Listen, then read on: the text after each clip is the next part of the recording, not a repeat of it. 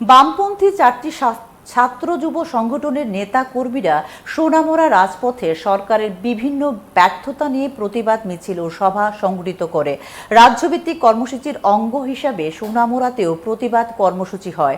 সেখানে উপস্থিত ছিলেন যুবনেতা পলাশ ভৌমিক সহ অন্যান্যরা। প্রচণ্ড গরম উপেক্ষা করে মহকুমার বিভিন্ন প্রান্ত থেকে ব্যাপক অংশের সংগঠনের কর্মীরা মিছিলে সামিল হয়। রাজ্যের বিদ্যাজ্যোতির নামে একটা চরম উচ্ছৃঙ্খল পরিবেশ তৈরি হয়েছে। বিদ্যাজ্যোতির নাম করে মানুষের কাছ থেকে কোটি কোটি টাকা, হাজার হাজার টাকা নেওয়া হচ্ছে, কিন্তু সেখানে বিদ্যাজ্যোতির রেজাল্ট যদি আমরা দেখি, সেখানে চরম বেহাল অবস্থায় পরিণত হয়েছে। আমরা দেখছি বিদ্যাজ্যোতি প্রকল্প যখন সরকার চালু করেছিল, আমরা তখন থেকে বিরোধিতা করেছিলাম যে পর্যাপ্ত পরিমাণে ইনফ্রাস্ট্রাকচার এবং তার যে শিক্ষকতা থাকা দরকার সেই ব্যবস্থা না থাকায় সেখানে বিদ্যাজ্যোতি সরকার করে নিয়েছে। কিন্তু তারপরে আমরা দেখলাম এবারের রেজাল্ট একেবারেই নিম্নমানের এবং খারাপ কর্মসূচি সংগঠিত হয়েছে। সেই জায়গায় আমরা তার প্রতিবাদ করছি এবং আগামী দিনে এই বিদ্যাজ্যোতি প্রকল্পে ইনফ্রাস্ট্রাকচারকে আরও বেশি শক্তিশালী করার প্রশ্নে সরকারকে ভূমিকা নেওয়ার জন্য আমরা দেখছি যে আমাদের রাজ্যে স্বাস্থ্যের বেহাল দশা।